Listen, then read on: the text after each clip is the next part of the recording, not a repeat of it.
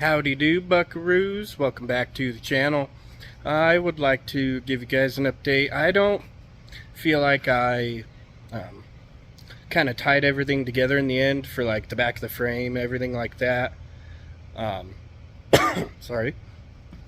I know when I did the disc brake conversion, I was showing you guys that I still had a couple tabs to weld on for the new braided stainless brake lines for the disc brake swap on the 14 bolt, and was showing you guys some shock. I didn't get to show you guys the shock mounts that are also done, and I cleaned the whole daggum thing up and painted it. And I actually have the thing on the ground right now on all 4 tires for the first time in about a year. So I figured it'd be a good time to show you guys a video of all this, kind of finish off the back, kind of tie the whole thing together so I can show you guys, and we will go from there. So I'll flip the camera around and let's take a look. Okay, I'm gonna kind of start from back here to kind of give you guys an idea of how low this thing sits, and I love it. Like, that is low for a 4-wheel drive pickup, stock style suspension. That is low. That's a 28-inch tall tire, and that's how low it is. Like, I'm about 5'9", 5'10", we're 36 in a pant length, and the corner of the fender is right here at my belt loop. So it is low, and I love it. Last year, of course, I had a 31-inch tall all-terrain tire on it, so lowering it with the 28s on it, I think it's going to make a sweet difference in the 4-wheel drive launching. Hopefully I can better my 172 60 foot, which I damn well better with these big meat Hoosiers on there. But I guess I could show you guys one of my favorite parts. Crawl under here. Look at that CV angle. That thing is flat, which is great. And honestly, it almost kind of points up at ride height. It's kind of hard to see past that beautiful kryptonite steering. It's kind of dusty from sitting in here. But that CV axle is honestly almost pointed up as it heads towards the tire, which is great because when you launch, it'll pick the front end of your truck up, and that will level the axle out. And the flatter you can keep your axle angles and your tie rod angles, it just makes everything happier when you're 4-wheel drive launching, especially on slicks. So we'll walk back here. I had the bedsides on. I took them back off so I could paint everything, but I put the bedsides back on to redo some of the bed structure, which is just 1/2-inch cold rolled round bar. So I repainted, I wire brush and ground the whole frame, painted everything inside and out. As you can tell, it looks beautiful. Got the battery box that I made probably 6 years ago, almost 7 at this point, when I first decided to make this thing a hot rod, and I had that bolted to the bed floor actually. And I was gonna make a new, nicer, fancy one, but it's got a little piece of my heart right there, one of the OG pieces to the truck that I built when I was 18 years old. So from changes from last year, I added this triangle brace in the center. It helped a lot with the side-to-side movement of the bed when you'd launch. If you see some of my videos, when the truck squats down and hits the tire real hard, it would shake the bed like this. A lot of this cross bracing side to side helps with it moving side to side, because these would just kind of try and fold over. But now that it has these bars helping keep it centered, it makes a huge difference. You can shake the whole truck grabbing the bed sides, which, as you can see, it's literally just a bed skin. You can grab a hold of that, and it shimmies just a hair, but that's natural because it's not fixed to the cabin anyway, and there's no like super strong structure to the frame. Like I said, it's just 1/2-inch cold rolled round bar, but it turned out great.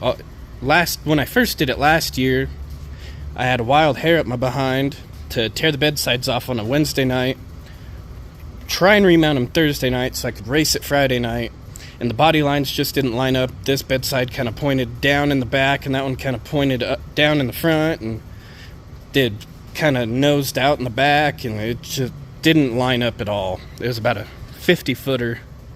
Good from afar, but far from good.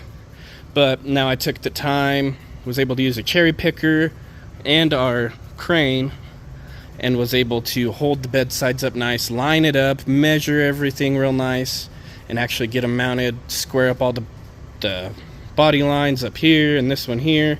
It just turned out much better. So then, like on the last episode of the back here, got the cross braces here, and this is where the fuel cell mounts is on this strap. And you can see the shock mounts there and there, which I would put the shocks up there for you, but the paint is actually drying. But you can see the adjustable shocks go there to there, there to there. Got the brake line tabs welded on just under the perches on each side, right there and right there. And that turned out real nice. Plenty of clearance with the shocks and everything like that. Nothing's hitting, nothing's rubbing. Everything turned out great. So that's a part I know I told you guys on the last episode, which I believe was the disc brake conversion episode, that I still had to weld those on, but I was waiting to weld those on until I did my new shock bracket, because this one previously was on the front from the factory, so I moved it to the rear so I could do twin adjustable shocks in the back, kind of simplify everything with this new cross member bar right here. And then what I was able to do is take the factory brake line, which has a union right here, runs over, and it used to run to the cross member here, but of course I got rid of that big factory cross member. What I did was trimmed it, bent it at a 90, made a new bracket here that the rubber brake line goes to for the axle, like that. So I was able to reuse factory line, factory nut. I just ended up trimming it, bending it, reflaring it, putting it in that. That turned out real nice. It's in the front, out of the way, and now I have disc brakes finally. They have yet to be bled, but I wanted to paint everything first, and then I'll be able to put my fuel lines back through the frame, my battery cables back through the frame, run it to this, remount the kill switch, which goes on the back of the frame here. All of it was waiting for me to finish this bed structure, get the battery box mounted. The nitrous bottle mounts, you can kind of see the holes there. The nitrous bottle brackets, which are laying there, mount there. Waiting to put those on until I painted it. A lot of it was just waiting on just a few finish details, welding those tabs, welding this tab, the battery box, and painting it. Now I can put the bed sides on for good. I decided I'm going to, I don't know where I set it. Oh, the old fuel cell right there. I'm going to take the cap off, take all the fittings off. I have caps for all of them. Degrease it, clean it, and I'm going to do a custom paint job on it, which I will show you guys when it comes time for that. So I don't have this nice shiny painted frame in that ugly box over there. Get the fuel cell in, hook the fuel lines up for good, put the battery in, hook that up for good, kill switch. Next little project, but it'll all be bolt-on, so I won't have to worry about the paint, is building drive shaft loops, and I will eventually end up building a U-joint shield off of the pinion support on this 14 bolt, which are these 6 bolts right there on the front. It'll be pretty simple to build a U-joint shield, which will be required for sled pulling, and it'll be nice for drag racing, and of course you guys know my eventual plans UCC, so that'll be a nice safety thing for the sled pulls, things like that. I just love it.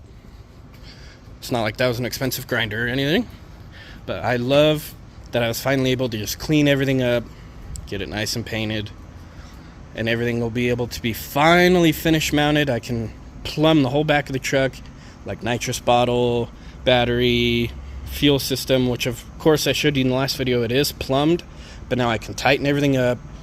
I can put fuel in the fuel cell, make sure nothing leaks, anything like that, and we can go from there.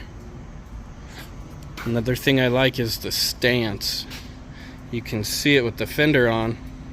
The front tire just barely sticks out. So not too wide, keeps everything in the fenders, be easy to load on the trailer, things like that. Easier on parts when it's not as wide. You don't have as much weight and everything hanging off that front wheel bearing. It just turned out nice. Those factory Dodge wheels. It's a nice light rotating assembly, and I think it'll work out great.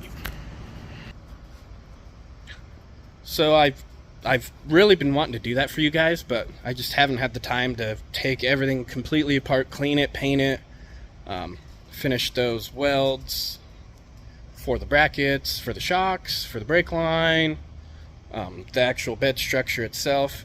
Finally was able to finish all that up and sling some aerosol overhaul on this thing, make her look gooder than new, and now it's ready to put together for good. And we're getting dadgum close again. Like Johnny Cash said, one piece at a time. I'm really trying to plow through this thing.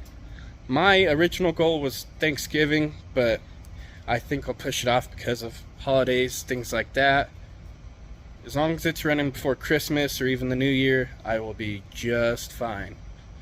And what a better Christmas present than hearing this thing sing. So there you go, guys. Figured I would finish off the face up here.